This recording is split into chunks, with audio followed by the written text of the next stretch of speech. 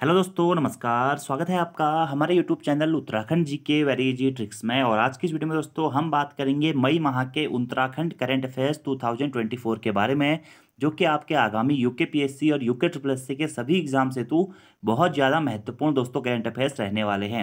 क्योंकि मई माह में दोस्तों आपके बहुत सारे प्रश्न ऐसे हैं जो आपके एग्जाम में डायरेक्टली पूछे जा सकते हैं।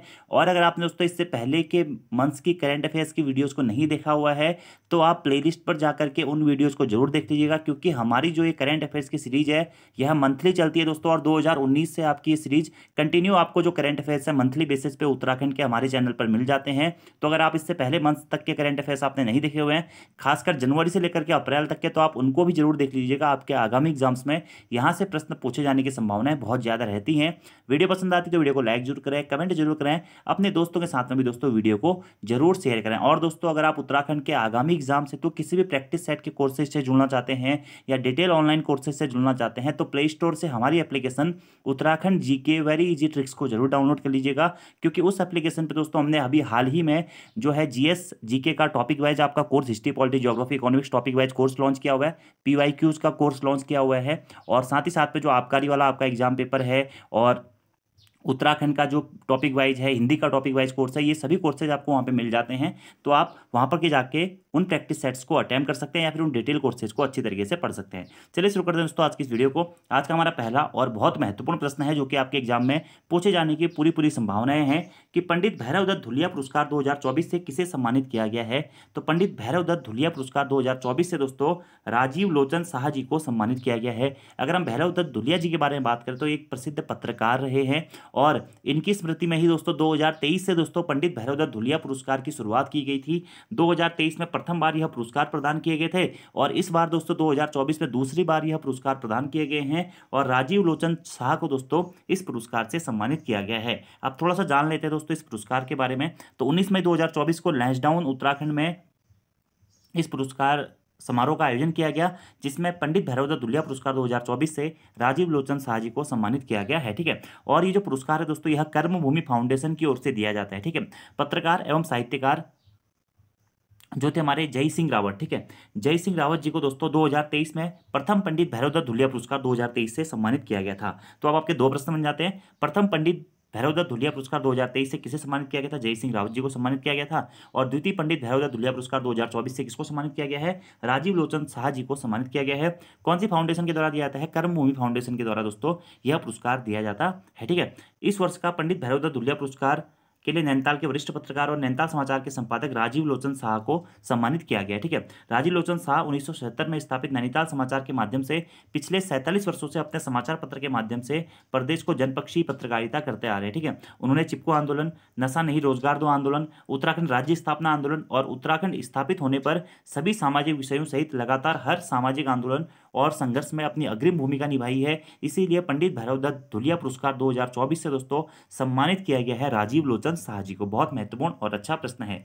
अगला हमारा प्रश्न ये भी आपने काफी चर्चाओं में सुना होगा, बॉबी बकेट ऑपरेशन या बॉबी बकेट अभियान के तहत आग बुझाई गई नैनीताल के जंगलों में। इस प्रकार से काफी हेडलाइट आपकी जो न्यूज़पेपर्स में थी, चर्चाओं में थी। तो प्रश्न बन सकता है कि राज्य में बॉबी बकेट ऑपरेशन का संबंध किससे है? तो राज्य में बॉबी बकेट ऑपरेशन का संबंध दोस्तों वनाग्नि को रोकने से, यानी कि वनों में जो आपकी आग लग रही है उसको रोकने से संबंधित है बॉबी बकेट ऑपरेशन। ठीक है। जैसा कि दोस्तों आपको बताया कि इस वर्ष उत्तराखंड में बहुत ज़्यादा आग लगी। उत्तराखंड का जो जंगल है लगभग आपके मतलब जितने भी जंगल थे आपके लगभग सारे जंगल आपके जल चुके थे, जिसकी वजह से आपने देखा होगा कि बहुत दिनों तक तो धूप ही नहीं पहुंच पाती, इतना पॉल्यूशन हो गया था। और काफ़ी चर्चाओं में ये टॉपिक रहा है उत्तराखंड की वनाग्नि को। अगर आप अप्रैल माह की बात करें तो उत्तराखंड के सभी राज्यों में उत्तराखंड जो है चौथे स्थान पर है जहां पर सर्वाधिक आग लगी है। और मई में तो अप्रैल से भी बहुत ज़्यादा आग लगी, तो मई में आप ये मान के चलिए कि 4 से भी कम रैंक आ गई होगी। अभी हालांकि इसका आंकड़ा जारी नहीं हुआ है, लेकिन अप्रैल में चौथे स्थान पर था हमारा राज्य उत्तराखंड आग लगने के मामले में भारत के सभी राज्यों के क्रम में। ठीक है। तो इसीलिए बॉबी बकेट ऑपरेशन दोस्तों चलाया गया। थोड़ा सा इसके बारे में जान लेते हैं दोस्तों। उत्तराखंड में जंगल की आग की बढ़ती घटनाओं से चिंतित भारतीय वायुसेना ने नैनीताल में छावनी क्षेत्र के आसपास पहाड़ियों में धधकती आग को बुझाने के लिए हेलीकॉप्टर बम्बे बकेट ऑपरेशन चलाया था। ठीक है। बॉम्बे बकेट एक विशेष हवाई अग्निशमन उपकरण है जिसका उपयोग 1980 के दशक से किया जा रहा है। भारतीय वायुसेना के MI-17V5 हेलीकॉप्टर को नैनीताल के जंगलों में लगी भीषण आग को बुझाने के लिए तैनात किया गया था। अब दोस्तों यहाँ से प्रश्न बन सकता है कि किस हेलीकॉप्टर के द्वारा या बॉबी बकेट अभियान के तहत किस उपकरण के द्वारा आपका जंगलों की आग को बुझाया गया था। तो याद रखना है आपको दोस्तों, क्या MIV-17V5 हेलीकॉप्टर, ठीक है, इसके द्वारा आग को बुझाया गया। ठीक है, हेलीकॉप्टर ने नैनीताल के पास स्थित भीमताल झील से पानी इकट्ठा करने के लिए बॉम्बी बकेट का इस्तेमाल किया था, जिसे हेलीकॉप्टर बकेट या हेली बकेट के नाम से भी जाना जाता है। इससे जलते हुए जंगलों पर डाला गया था। हालांकि इसका ज़्यादा प्रभाव देखने को नहीं मिला था, लेकिन फिर भी बहुत ज़्यादा एक अच्छा इनिशिएटिव था। तो बॉबी बकेट ऑपरेशन का संबंध है किससे? वनाग्नि को रोकने से। अगला हमारा प्रश्न है दोस्तों कि हाल ही में मुख्यमंत्री धामी जी ने या सीएम धामी ने पिरूल लाओ पैसा पाओ अभियान का शुभारंभ किस जिले से किया है? दोस्तों ये एक ऐसा प्रश्न है ना जो आपके एग्जाम में आएगा ही आएगा। आज नहीं आएगा तो आने वाले फ्यूचर में किसी ना किसी एग्जाम में क्वेश्चन आएगा दोस्तों, क्योंकि अभी वनाग्नि उत्तराखंड के जंगलों में बहुत सारी आग लगी हुई है। और इसी बीच हमारे जो मुख्यमंत्री हैं पुष्कर सिंह धामी जी के द्वारा एक नए अभियान की शुरुआत की गई है, पिरूल लाओ पैसा पाओ अभियान। ठीक है, और तो और अपर पीसीएस मेंस में भी यहाँ से आपका प्रश्न बन सकता है, आप इसको कोट कर सकते हो कि पिरूल लाओ पैसा पाओ अभियान किससे संबंधित है? तो वनों में जो आपकी आग लग रही है, आग लगने का जो दोस्तों एक कारण है उसे वह माना जाता है कि इसको पिरूल को, ठीक है, क्योंकि उत्तराखंड में चीड़ के जंगल बहुतायत मात्रा में पाए जाते हैं और उसमें उससे जो हमें पिरूल प्राप्त होता है, तो उस पिरूल पर अगर हल्की सी भी आग लगती है तो पूरे जंगल में आग फैलती है। ठीक है, और आपको पता है कि जो अप्रैल मई का माह होता है इसमें हवाएं भी चलती हैं, तूफान चलते हैं, तो जिसकी वजह से आगे फैलते रहती हैं। तो इसीलिए हमारे जो मुख्यमंत्री हैं धामी जी ने पिरूल लाओ पैसा पाओ अभियान का शुभारंभ किया है उत्तराखंड के रुद्रप्रयाग जनपद से। ठीक है, तो दो प्रश्न बनते हैं कि पिरूल लाओ पैसा पाओ अभियान उत्तराखंड राज्य सरकार ने शुरू किया है, उत्तराखंड के किस जनपद से शुरू किया है? रुद्रप्रयाग जनपद से शुरू किया है। दोस्तों कब शुरू किया है? 8 मई 2024। ये डेट आपको याद नहीं है, 8 मई 2024 को पिरूल लाओ पैसा पाओ अभियान शुरू किया गया हमारे मुख्यमंत्री पुष्कर सिंह धामी जी के द्वारा उत्तराखंड के रुद्रप्रयाग जनपद से। ठीक है, और पिरूल लाओ पैसा पाओ अभियान का शुभारंभ क्यों किया गया दोस्तों? पिरूल को इकट्ठा करने के लिए, ताकि वनों में वनाग्नि का खतरा कम हो जाए और जो आग जिस गति से फैलती है उस गति से आग ना फैले। ठीक है, तो एक अच्छा इनिशिएटिव है, तो आपको ये चीजें याद रखनी है। ठीक है, तो थोड़ा सा जान लेते हैं इसके बारे में कि उत्तराखंड के मुख्यमंत्री पुष्कर सिंह धामी जी ने 8 मई 2024 को रुद्रप्रयाग जिले में पिरूल लाओ पैसा पाओ अभियान का शुभारंभ किया है। उत्तराखंड सरकार ने राज्य में लगी भीषण जंगल की आग को रोकने के लिए पिरूल लाओ पैसा पाओ अभियान शुरू किया गया। ठीक है, इसके तहत सहकारी समितियां, युवा मंगल दल, वन पंचायतें इस अभियान में भाग लेगी और जन जन को अभियान बनाई जाएगा। ठीक है, इसमें दोस्तों आपको 1 किलोग्राम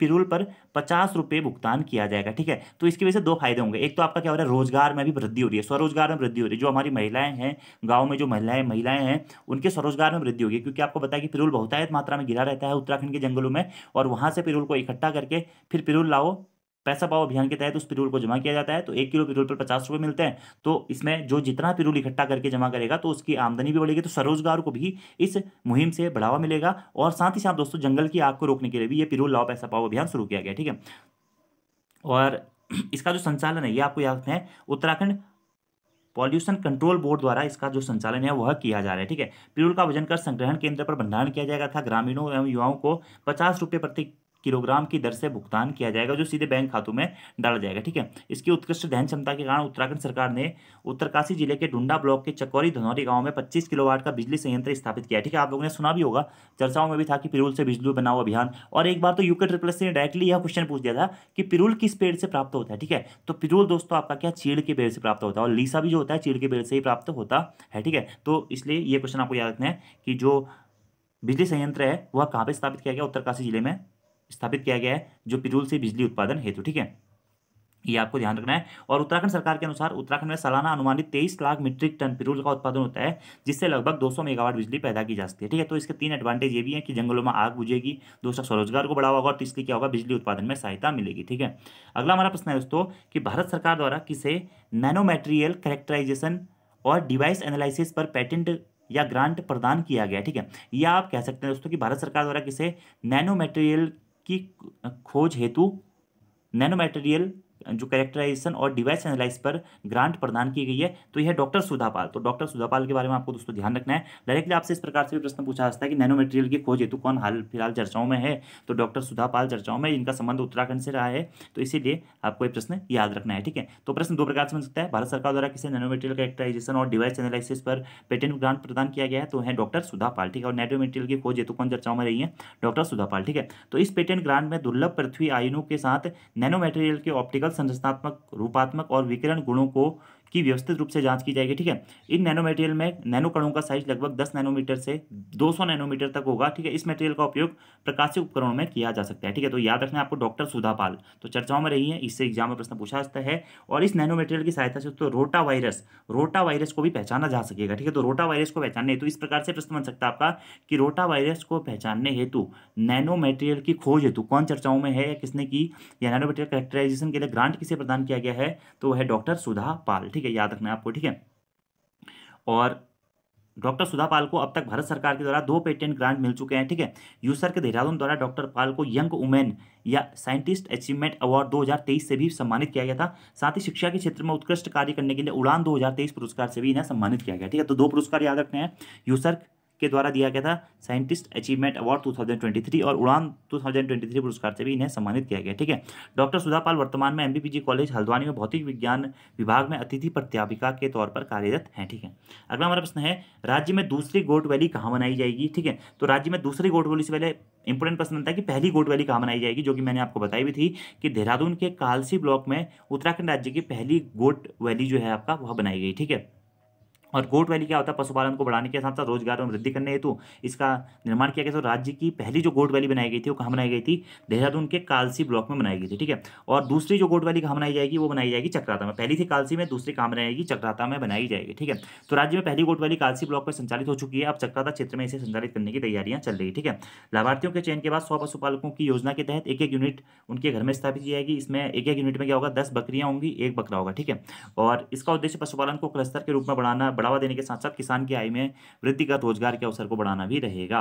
अगला और महत्वपूर्ण प्रश्न है दोस्तों कि बैडमिंटन वर्ल्ड फेडरेशन बीडब्ल्यूएफ की 7 मई 2024 को जारी रैंकिंग के अनुसार टॉप 100 में उत्तराखंड के कौन से खिलाड़ी को शामिल किया गया है। ठीक है, तो उत्तराखंड के 2 खिलाड़ी हैं बैडमिंटन से, जो है लक्ष्य सेन और चिराग सेन। लक्ष्य सेन काफी चर्चाओं में रहते हैं, इनसे रिलेटेड प्रश्न एग्जाम में हमेशा पूछा जाता है, तो डायरेक्टली पूछा जाता है लक्ष्य सेन किस खेल से संबंधित है, तो यह बैडमिंटन खेल से संबंधित है। और हाल ही में बैडमिंटन वर्ल्ड फेडरेशन की एक नई रैंकिंग जारी हुई है, जिसमें जो लक्ष्य सेन है वह दोस्तों 11वें स्थान पर है और जो चिराग सेन है वह 93वें स्थान पे है। ठीक है, और वर्ल्ड फेडरेशन की दोस्तों ये रिपोर्ट है। ठीक है, तो याद रखना लक्ष्य सेन और चिराग सेन दोनों ही इसका आंसर हो जाएगा। ठीक है, और लक्ष्य सेन ने दोस्तों हाल ही में पेरिस ओलंपिक 2024 का टिकट भी हासिल कर लिया है। ठीक है, तो लक्ष्य सेन आपको पेरिस ओलंपिक में पदक जीतते हुए भी दिखाई दे सकते हैं। और एक और करंट अफेयर का क्वेश्चन आप लोगों के लिए बन जाएगा और एक और नंबर आपको एग्जाम में पाने के लिए आपके लिए मतलब मौका मिल जाएगा आपको। ठीक है, अगला आपका प्रश्न है, हाल ही में किसे मदर टेरेसा सद्भावना पुरस्कार से सम्मानित किया गया है, तो सोनाली खत्री। ठीक है, सोनाली खत्री को समाज सेवा के क्षेत्र में उत्कृष्ट कार्य करने के लिए केरल में Kerala education and social welfare society के द्वारा मदर टेरेसा सद्भावना पुरस्कार 2023-24 से सम्मानित किया गया है। ठीक है, याद रखना है आपको। ठीक है, तो थोड़ा बहुत इसके बारे में अगर आप एक्सप्लेनेशन पढ़ना चाहते हैं तो पढ़ सकते हैं, उतना महत्वपूर्ण है नहीं। ये प्रश्न दोस्तों बहुत ज्यादा आपका महत्वपूर्ण है, एग्जाम में पूछा जा सकता है। भैरव धुलिया जी के साथ साथ एक हिमालय प्रहरी सम्मान 2024 है और एक और सम्मान मैं आपको थोड़ी देर में बताऊंगा जो कि है रस्किन बॉन्ड से संबंधित। तो इन 3 प्रश्नों में से ये तीनों प्रश्न आपके आगामी एग्जाम से पूछे जाएंगे। ठीक है, हिमालय प्रहरी सम्मान 2024 किसे प्रदान किया गया है, स्वर्गीय कुंवर प्रसून जी को और स्वर्गीय मंगीश्री देवी जी को या मंगश्री देवी जी को, दोनों को ही दोस्तों क्या हिमालय प्रहरी सम्मान 2024 प्रदान किया गया है। और महिला श्रेणी में दोस्तों हिमालय प्रहरी सम्मान 2024 स्वर्गीय मंगश्री देवी को प्रदान किया गया। ठीक है, तो 2 लोग याद रखने हैं, कुंवर प्रसून और कौन से, मंगेश्वरी देवी। ठीक है, प्रखर पत्रकार चिंतक एवं आंदोलनकारी स्वर्गीय कुंवर प्रसून व आंदोलनकारी स्वर्गीय मंगेश्वरी देवी को मरणोपरांत पद्म विभूषित सुंदरलाल बहुगुणा जी स्मृति सम्मान यानी कि हिमालय प्रहरी सम्मान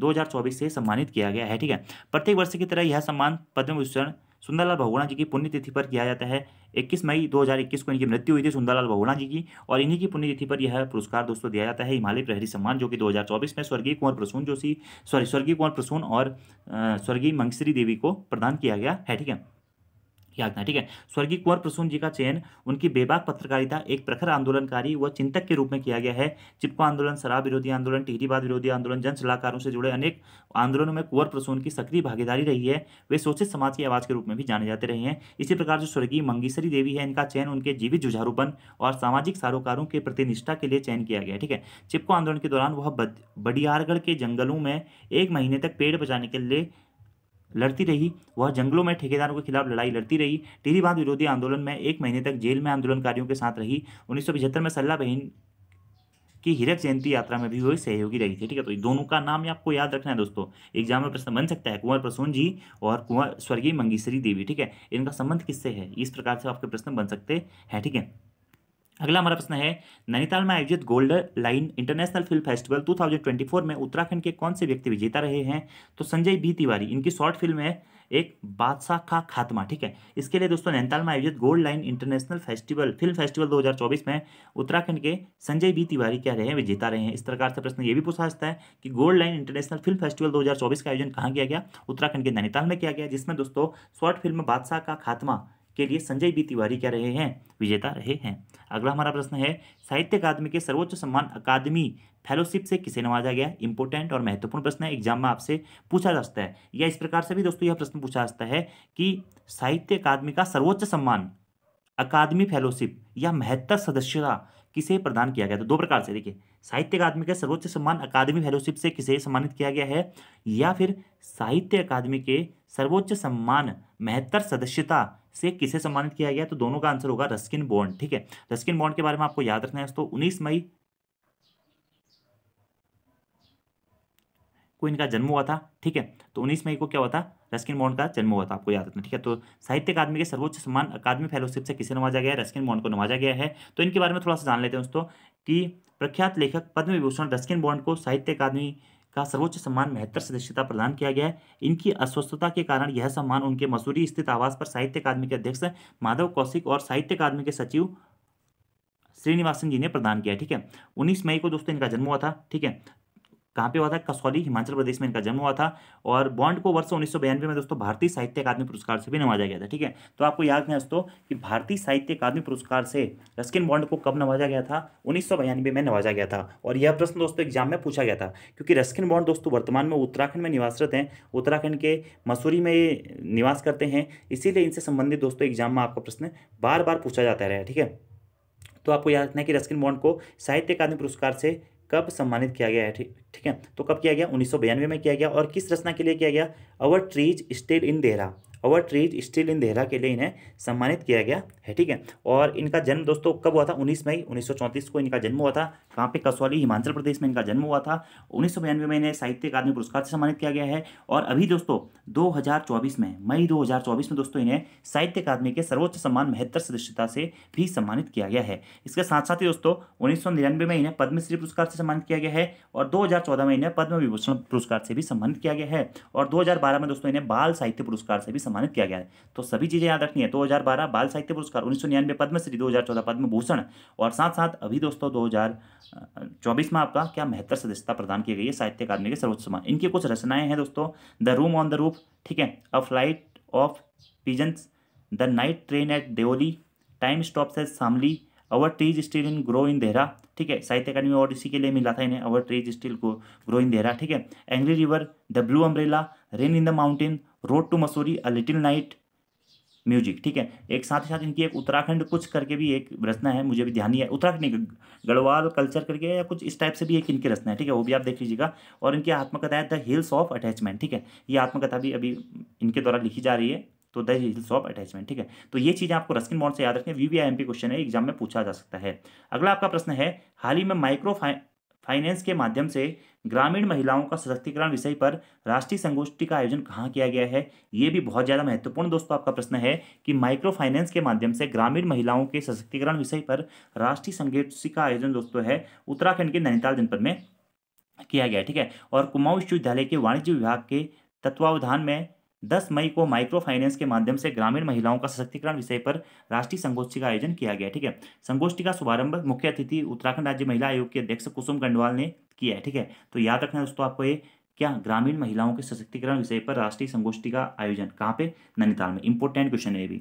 अगला आपका प्रश्न है, उत्तराखंड पर्यटन विभाग ने भारत का पहला खगोल पर्यटन अभियान शुरू किया है, जिसका नाम क्या है? उसका नाम है दोस्तों क्या? नक्षत्र सभा। ठीक है, तो उत्तराखंड पर्यटन विभाग ने भारत के पहले खगोल पर्यटन अभियान को शुरू किया है, जिसका नाम क्या है दोस्तों? नक्षत्र सभा है। ठीक है, या इस प्रकार से प्रश्न बन सकता है कि उत्तराखंड पर्यटन विभाग ने नक्षत्र सभा पर्यटन अभियान को शुरू किया है, जो कि है क्या है? भारत का पहला खगोल पर्यटन अभियान है। ठीक है, तो खगोल विज्ञान एवं पर्यटन में रुचि रखने वाले स्थानीय निवासियों के लिए पेशेवर प्रशिक्षण और कौशल विकास के अवसर प्रदान करने हेतु दोस्तों नक्षत्र सभा का क्या किया गया है? आपका अभियान नक्षत्र सभा अभियान शुरू किया गया है। ठीक है, स्थानीय अर्थव्यवस्थाओं को बढ़ावा देना और रात के आसमान के संरक्षण की वकालत करना दोस्तों इसका क्या है, प्रमुख उद्देश्य है। ठीक है, उत्तराखंड में खगोल पर्यटन को बढ़ावा देने के उद्देश्य से मसूरी में क्या है, सबसे पहले दोस्तों 3 दिवसीय नक्षत्र सभा का आयोजन किया जा रहा है। ठीक है, तो एक तो आपको ये याद रखना है कि उत्तराखंड पर्यटन विभाग ने भारत का पहला खगोल पर्यटन अभियान शुरू किया है, जिसका नाम क्या है, नक्षत्र सभा है। और इसका शुरुआत कहाँ से हुई है, तो शुरुआत इसकी हुई है मसूरी से। कहाँ से हुई है, मसूरी से हुई है, ये भी आपको ध्यान रखना है। ठीक है, बाकी यहाँ पे उत्तराखंड के अलग अलग जनपदों में इसका आयोजन दोस्तों किया जाएगा भविष्य में। तो आप अगर कुछ और भी पढ़ना चाहते हैं तो पहुंच करके यहाँ पे पढ़ सकते हैं, कुछ विशेष जानकारी आप यहाँ पर देख सकते हैं। ठीक है, इसमें मसूरी के बाद में दोस्तों हरसिल, जादूंग, बेनीताल में आपका एस्ट्रो विलेज बनाया जा रहा है। ऋषिकेश, जागेश्वर, रामनगर आदि स्थलों पर भी एस्ट्रो टूरिज्म का आयोजन किया जाएगा। ठीक है, चमोली जिले में डार्क स्काई संभावित स्थलों को कवर किया जाएगा। इस पहल का उद्देश्य खगोल विज्ञान के प्रति उत्साही लोगों और यात्रियों को ब्रह्मांड की सुंदरता देखने के लिए एक साथ लाना है। अगला हमारा प्रश्न है, यूरोपियन कप 2024 की रोलर स्केटिंग प्रतियोगिता में पहली बार भारत के लिए मेडल किसने जीता है, तो लव्यांश पांडे। ठीक है, लव्यांश पांडे ने यूरोपियन कप 2024 की रोलर स्केटिंग प्रतियोगिता में पहली बार क्या है, भारत के लिए मेडल जीता है। ठीक है, तो इस प्रतियोगिता का आयोजन दोस्तों, जो आपका रोलर स्केटिंग प्रतियोगिता है यूरोपियन कप 2024 का आयोजन 9 चरणों में किया गया। इसमें से 4 चरणों में लव्यांश ने देश का प्रतिनिधित्व किया। 22 से 24 मार्च तक स्पेन में आयोजित हुई इस प्रतियोगिता में लव्यांश ने 2 स्वर्ण पदक और 1 सिल्वर मेडल जीता है। तो पहली बार भारत के लिए मेडल किसने जीता है, लव्यांश ने जीता है। ठीक है, आयोजन कहाँ किया गया था, 22 से 24 मार्च तक स्पेन में दोस्तों इस प्रतियोगिता का आयोजन किया गया था। ठीक है, 9 चरणों में इसका आयोजन किया गया था, कहाँ पे, स्पेन में। ठीक है, याद रखना आपको क्या, लव्यांश पांडे का नाम। ठीक है, उत्तराखंड से इनका संबंध है। अगला हमारा प्रश्न है, केंद्रीय सांख्यिकी और कार्यक्रम कार्यान्वयन मंत्रालय द्वारा अप्रैल 2023 से अप्रैल 2024 की रिपोर्ट के मुताबिक उत्तराखंड राज्य महंगाई दर को नियंत्रित करने के मामले में कौन से स्थान पर है। ठीक है, तो केंद्रीय सांख्यिकी और कार्यक्रम कार्यान्वयन मंत्रालय की दोस्तों अभी एक रिपोर्ट आई है, जो कि अप्रैल 2023 से अप्रैल 2024 की रिपोर्ट है। इसके अनुसार दोस्तों महंगाई दर को नियंत्रित करने के मामले में उत्तराखंड का भारत में कौन सा स्थान है, उत्तराखंड का भारत में तीसरा स्थान है। ठीक है, प्रथम स्थान है दिल्ली का और तीसरा स्थान है उत्तराखंड का। ठीक है, उत्तराखंड ने अपने 3.61% महंगाई को नियंत्रित किया हुआ है, ये इस जो रिपोर्ट है इसमें बताया गया। ठीक है, केंद्रीय सांख्यिकी और कार्यक्रम कार्यान्वयन मंत्रालय की रिपोर्ट के अनुसार। ठीक है, और भारत में महंगाई दर 4.83% की रफ्तार से बढ़ रही है। ठीक है, अगला हमारा प्रश्न है कि 3 दिवसीय 7वीं जिला स्तरीय स्क्वैश चैंपियनशिप का आयोजन कहाँ किया गया है, तो उत्तराखंड के देहरादून में दोस्तों 3 दिवसीय 7वीं जिला स्तरीय स्क्वैश चैंपियनशिप का आयोजन किया गया है। उतना महत्वपूर्ण प्रश्न नहीं है। अगला महत्वपूर्ण प्रश्न है दोस्तों, एशियन योगसन प्रतियोगिता 2024 में उत्तराखंड के मयंक गिरी ने कुल कितने पदक जीते हैं, तो कुल 3 पदक जीते हैं एशियन योगसन प्रतियोगिता 2024 में। ठीक है, अगर एशियन योगसन प्रतियोगिता 2024 के बारे में बात की जाए तो इसका जो आयोजन है 3 से 8 मई के बीच में दोस्तों कहाँ हुआ था, श्रीलंका की राजधानी कोलंबो में इसका आयोजन किया गया था, जिसमें उत्तराखंड के ऋषिकेश निवासी या ऋषिकेश के होनहार खिलाड़ी मयंक कुमार गिरी ने 3 पदक, जिसमें एक स्वर्ण पदक है, एक रजत पदक है और एक कांस्य पदक है, जीतकर टॉप रैंकर की ट्रॉफी जीतकर प्रदेश एवं देश का गौरव बढ़ाया है। इसीलिए चर्चाओं में है क्या, मयंक गिरी, याद रखना आपको। अगला हमारा प्रश्न है योगासन चैंपियनशिप। ठीक है, एशियन योगासन चैंपियनशिप। अगला प्रश्न है, राज्य की किस अभिनेत्री को क्षेत्रीय फिल्म के लिए सर्वश्रेष्ठ अभिनेत्री का अवार्ड मिला है, तो क्षेत्रीय फिल्म के लिए सर्वश्रेष्ठ अभिनेत्री का अवार्ड मिला है किसको, उर्मी नेगी को। ठीक है, उर्मी नेगी गढ़वाली फिल्मों की चर्चित अभिनेत्री और निर्माता निर्देशक उर्मी नेगी को क्षेत्रीय फिल्म के लिए सर्वश्रेष्ठ अभिनेत्री का अवार्ड मिला है। उन्हें वर्ष 2023 के दादा साहब फाल्के पुरस्कार से भी नवाजा गया। ठीक है, अब दादा साहब फाल्के पुरस्कार की जो कैटेगरी है दोस्तों कौन सी, दादा साहब फाल्के फिल्म फेयर पुरस्कार। ठीक है, दादा साहब फाल्के फिल्म फेयर पुरस्कार से इनको नवाजा गया है। तो याद रखना है, राज्य की किस स्थानीय अभिनेत्री को क्षेत्रीय फिल्म के लिए सर्वश्रेष्ठ अभिनेत्री का अवार्ड मिला है, तो मिला है उर्मी नेगी को। अच्छा और महत्वपूर्ण प्रश्न है, निर्माता निर्देशक हैं क्षेत्रीय फिल्म के और दादा साहब फाल्के पुरस्कार से भी नवाजा गया। दादा साहब फाल्के में दादा साहब फाल्के फिल्म फेयर पुरस्कार गढ़वाली फिल्म सुबेरो घाम 2 के लिए इनको मिला है। ठीक है, कौन सी फिल्म के लिए, सुबेरो घाम 2 फिल्म के लिए मिला है, जबकि बथुआ के लिए भी इन्हें सर्वश्रेष्ठ अभिनेत्री चुना गया है। ठीक है, तो दादा साहब फाल्के फिल्म फेयर पुरस्कार इनको किसके लिए मिला है, सुबेरो घाम 2 के लिए मिला है, और बथुआ फिल्म के लिए इन्हें सर्वश्रेष्ठ अभिनेत्री चुना गया है। ठीक है, पौड़ी की बेटी उर्मी नेगी ने फ्योली, सुबरो घाम, बथुआ जैसी चर्चित गढ़वाली फिल्मों में अभिनय के साथ साथ ही निर्माता निर्देशक व पटकथा लेखन का काम भी किया है। इन फिल्मों में पहाड़ के युवाओं को रोजगार की तलाश में महानगरों की ओर रुख करना व नशे की लत में जीवन बर्बाद को दिखाया गया है। ठीक है, तो इसलिए ये दोस्तों महत्वपूर्ण प्रश्न है, क्योंकि इसके टॉपिक अच्छे हैं। ठीक है, टॉपिक अच्छे हैं, टॉपिक की वजह से इनको क्षेत्रीय फिल्म के लिए सर्वश्रेष्ठ अभिनेत्री का अवार्ड मिला है। किस फिल्म के लिए मिला है, बथुआ के लिए, और सुबेरो घाम 2 के लिए इन्हें दादा साहब फाल्के फिल्म फेयर पुरस्कार दिया गया है। अगला प्रश्न, ये दोस्तों बहुत महत्वपूर्ण प्रश्न है, एक प्रश्न बनेगा इससे। ठीक है, मेरे को ऐसा लगता है जहां तक है कि हिमांक और क्वथनांक नामक पुस्तक का विमोचन किसके द्वारा किया गया, यानी कि ये पुस्तक किसकी है। ठीक है, तो हिमांक और क्वथनांक चावंक जो पुस्तक है दोस्तों, ये है किसकी? शेखर पाठक जी की पुस्तक है। ठीक है, तो किसकी पुस्तक हिमांक और क्वथनांक का विमोचन किया गया, या हिमांक और क्वथनांक किसकी पुस्तक है? डॉक्टर शेखर पाठक जी की ये पुस्तक है। ठीक है, हिमांक और क्वथनांक के बीच उच्च हिमालय की एक यात्रा के अनेक वृत्तांत, इस पुस्तक का पूरा नाम है। तो एग्जाम में ये प्रश्न बनेगा, इंपॉर्टेंट क्वेश्चन है। हिमांक और क्वथनांक के बीच उच्च हिमालय की एक यात्रा के अनेक वृत्तांत पुस्तक किसकी है दोस्तों? डॉक्टर शेखर पाठक जी की है। अगला प्रश्न है, निम्नलिखित में से किस राज्य से एक सफेद बाघ को उत्तराखंड में लाया जाएगा? तो उड़ीसा राज्य से दोस्तों देहरादून जू में एक सफेद बाघ को लाने की तैयारी चल रही है। अभी तक उत्तराखंड में सफेद बाघ नहीं है, तो उड़ीसा से एक सफेद बाघ लाया जाएगा। अब एक सफेद बाघ लाया जाएगा तो एक सफेद बाघ के बदले दोस्तों क्या है? 4 तेंदुए भेजे जाएंगे। ठीक है, तो बदले में 4 तेंदुए उत्तराखंड से उड़ीसा के नंदगानन चिड़ियाघर में भेजे जाएंगे। ठीक है, सफेद बाघ को देहरादून के चिड़ियाघर में प्रदर्शन के लिए रखा जाएगा। अब देखिए दोस्तों, बाघों से प्रदर्शन किया जा रहा है। ठीक है, तो सफेद बाघ को उत्तराखंड में लाया जाएगा, कहाँ से? उड़ीसा से। ठीक है, और अभी बाघों का आतंक उत्तराखंड में बहुत ज़्यादा बढ़ रहा है, तो इसलिए एक क्वेश्चन एग्जाम में बन सकता है। ठीक है, क्योंकि जंगलों में आग लग रही है, तो बेचारे जंगली जानवर जाएंगे कहाँ? यहीं आएंगे, शहरों में ही आएंगे। ठीक है, तो सफेद बाघ को उत्तराखंड में लाया जाएगा, कहाँ से? उड़ीसा से। ठीक है, और यहाँ से 4 तेंदुए भेजे जाएंगे। अब मेरे को लग रहा है दोस्तों, जो ये 4 तेंदुए हैं, ये वही भेजे जाएंगे जो अभी वन विभाग के द्वारा पकड़ाए गए हैं।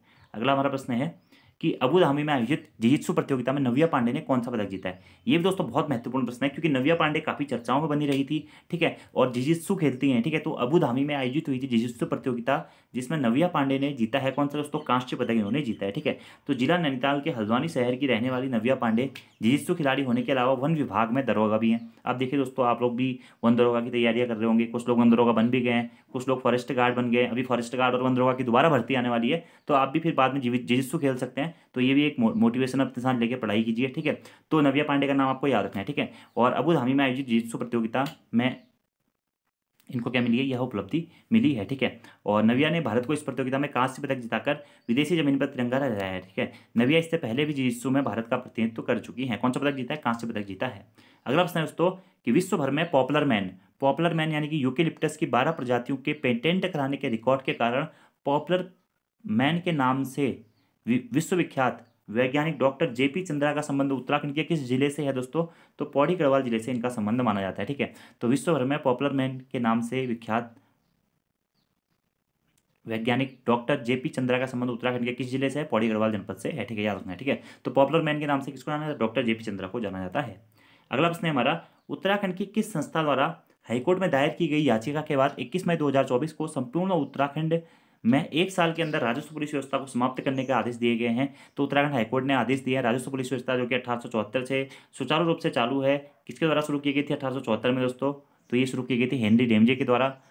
ठीक है, जबकि राजस्व पुलिस व्यवस्था के जनक के रूप में जाना जाता है किसको? ट्रेल को सबसे पहले उन्होंने शुरू की थी, लेकिन स्थायी रूप से शुरुआत की थी किसने? हेनरी डेमजे ने 1874 में। और इसी राजस्व पुलिस व्यवस्था को समाप्त करने के आदेश हमारे उत्तराखंड गवर्नमेंट ने दिए हैं किस संस्था की याचिका के बाद में? तो समाधान संस्था के द्वारा एक जनहित याचिका दायर की गई थी। इसी के ये जनहित याचिका में ही क्या है?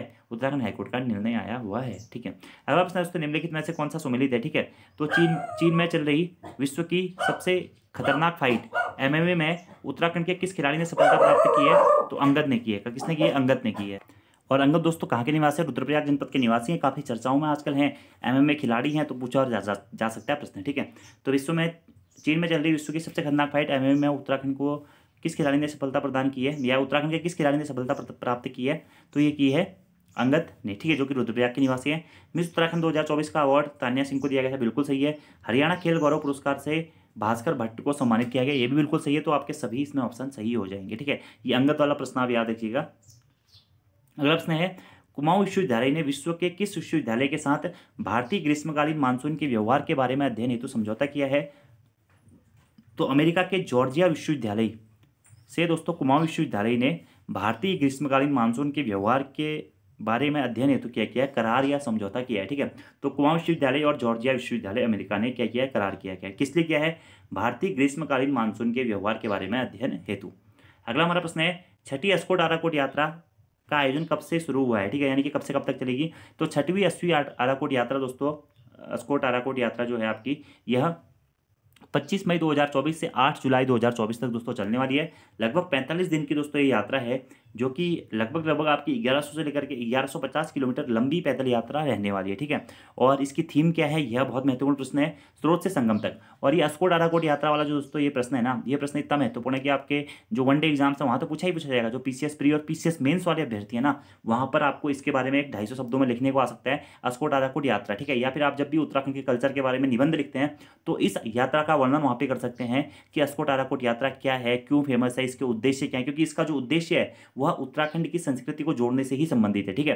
तो 6वीं अस्कोट आराकोट यात्रा का आयोजन कब से किया गया, 25 मई 2024 से 8 जुलाई 2024 तक किया गया है। प्रत्येक 10 वर्ष के पश्चात में इस यात्रा का आयोजन किया जाता है। सबसे पहले इस यात्रा का आयोजन दोस्तों कब किया गया था, 1974 में किया गया था, फिर 1984 में किया गया था, फिर 1994 में किया गया था, फिर 2004 में किया गया था, फिर 2014 में किया गया था, और इस वर्ष 2024 में फिर से इस अस्कोट आराकोट यात्रा का आयोजन दोस्तों किया जा रहा है, जो कि पिथौरागढ़ जनपद के अस्कोट से लेकर के उत्तरकाशी जनपद के आराकोट तक चलने वाली दोस्तों एक पैदल यात्रा है, ठीक है। ये आपको याद रखना है, ठीक है। इसका एक मैप भी है जो मैं आप लोगों के लिए बाद में जारी कर दूंगा, ठीक है, या आप गूगल से उसे डाउनलोड करके देख सकते हैं, ठीक है। अब इसके बारे में कुछ महत्वपूर्ण प्रश्न है। अभी वर्तमान में ये यात्रा किस संस्था के द्वारा आयोजित की जाती है, तो पहाड़ संस्था के द्वारा, ठीक है। पहाड़ संस्था के संस्थापक कौन थे, डॉक्टर शेखर पाठक जी थे, ठीक है, जिनकी एक पुस्तक है, थोड़ी देर पहले मैंने आपको बताया था, कमेंट बॉक्स में बताइए, ठीक है। इसकी थीम है अस्कोट आराकोट यात्रा की थीम है इस बार स्रोत से संगम।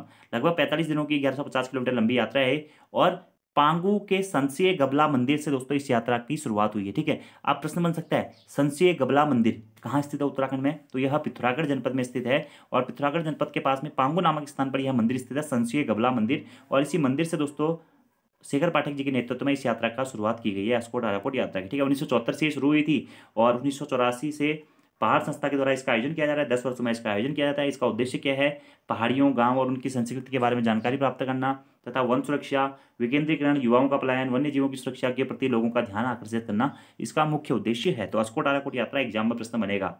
अगला प्रश्न ये भी महत्वपूर्ण है। यह प्रश्न दोस्तों महत्वपूर्ण उतना नहीं है, लेकिन महत्वपूर्ण इसलिए है क्योंकि कैलाश गहतोड़ी जी ने अपनी चंपावत से विधायक की सीट छोड़ी थी मुख्यमंत्री पुष्कर सिंह धामी हेतु। तो ये प्रश्न एग्जाम में शायद पूछा भी गया था एग्जाम में कि हमारे जो उत्तराखंड के मुख्यमंत्री हैं किस विधानसभा सीट से चयनित होकर आए हुए, क्योंकि एक बार वो खटीमा विधानसभा सीट से हार गए थे। उसके बाद में कैलाश गहतोड़ी ने अपनी चंपावत वाली सीट उनके लिए छोड़ी थी। तो इसलिए प्रश्न एग्जाम में महत्वपूर्ण बनता है कि हाल ही में चंपावत के पूर्व विधायक एवं उत्तराखंड वन विकास विभाग के अध्यक्ष रहे किन व्यक्तित्व का निधन 3 मई 2024 को हुआ है, तो कैलाश गहतोड़ी होगा, ठीक है। आप इसको संशोधित कर लीजिएगा, कैलाश गहतोड़ी जी का निधन हुआ है अभी हाल ही में, ठीक है।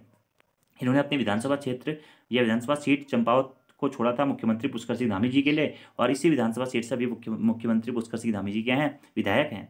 अगला प्रश्न है दोस्तों, ये भी बहुत चर्चाओं में रहा है प्रश्न और पूछा भी जा सकता है। लाठी बजैण मंदिर, बाजैण या बजैण आप कुछ भी कह सकते हैं। तो लाठी बजैण मंदिर दोस्तों आपका क्या है, कपकोट के सामा में, बागेश्वर जनपद के कपकोट के सामा में स्थित है। और जंगल में आग लगने के कारण दोस्तों यह मंदिर पूरा जल गया था। इस मंदिर में सोना चांदी आभूषण मूर्ति रखी हुई थी, ये भी काफ़ी जल गई थी। तो इसीलिए ये मंदिर काफ़ी चर्चाओं में रहा था। तो हाल ही में जंगल की आग से जलने के कारण चर्चाओं में रहा लाठी बजैण मंदिर कहाँ स्थित है, तो यह बागेश्वर में स्थित है, कपकोट के सामा में, ठीक है। अगला प्रश्न है 1 जून से 7 जून तक देश के किस राज्य में जल उत्सव की शुरुआत की जाएगी, तो उत्तराखंड में दोस्तों 1 जून से लेकर के 7 जून तक क्या है, जल उत्सव की शुरुआत की जाएगी हमारे मुख्यमंत्री पुष्कर सिंह धामी जी के द्वारा, ठीक है। तो जल उत्सव की शुरुआत कब से कब तक की जाएगी, ये भी प्रश्न पूछा जाता है। 1 जून से 7 जून तक, और कहाँ पे की जाएगी, उत्तराखंड में की जाएगी, और किसके द्वारा, मुख्यमंत्री पुष्कर सिंह धामी जी के द्वारा इसकी शुरुआत की जाएगी, ठीक है। जल संरक्षण की मुहिम को एकीकरण ढंग से संचालित करने हेतु दोस्तों इसकी शुरुआत की गई है, किसकी, आपका जल उत्सव की।